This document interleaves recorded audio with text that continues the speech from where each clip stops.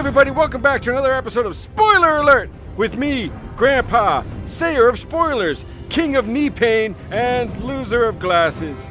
This week's episode starts with Jaime Lannister getting the one-off from the council, and then Bran, of all people, makes the funniest joke of the whole entire show when he says, "All the things we do for love." Very funny.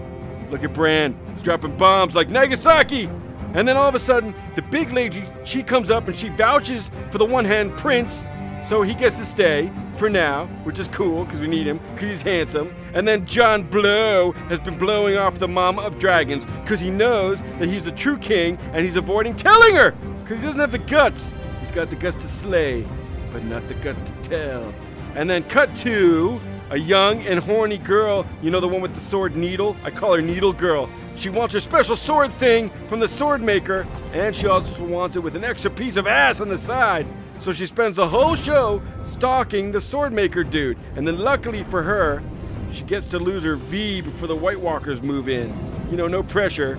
You know, it's all like, was it good for you? Oh well, never mind. Time to die from the undead. And then it turns out, you know, this guy's sword that he makes, they're not the only thing that's hard as Valyrian steel, if you catch my meaning.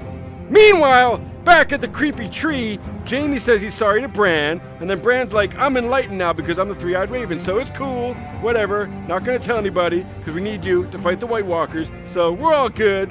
So they hug it out, and then the redhead and then the dragon mama, they have a little sisters chat.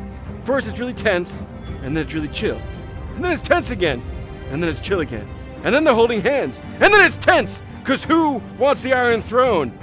They both do. Spoiler alert, crazy, right? And then the little tiny Irish girl, she's getting her grog in the county, in the town square there.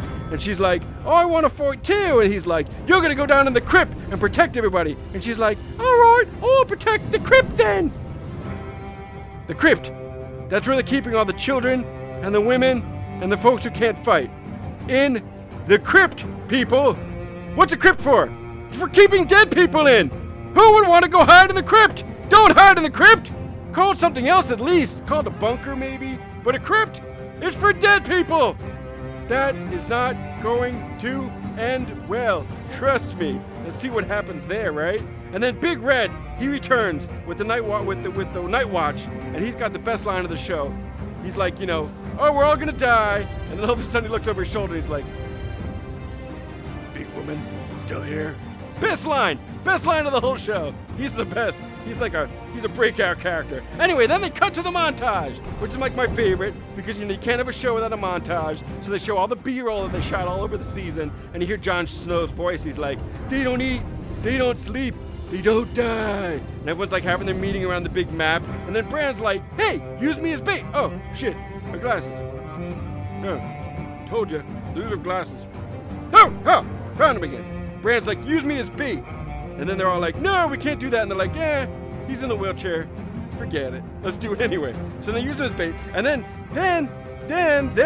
cut to the big fireplace thing, which is all like kumbaya moment, right? And everybody's hanging out by the fireplace. And who's there? There's the whole crew's there. There's Dinklage is there, and the Big Red's there, and that older fella, and the big lady, the night one, and then her ward, and then Jaime is there, and they're singing songs, and then the big lady's like, oh, I'm gonna die, I never became a knight, and then Jaime's like, wait a second, not only do I have one hand, but I can also knight you. So he knights her, and it's like a really touching moment, and then the big red guy's like, hey, drink my goat's milk out of this giant horn, and he drinks the whole thing, which is disgusting, but it's really funny.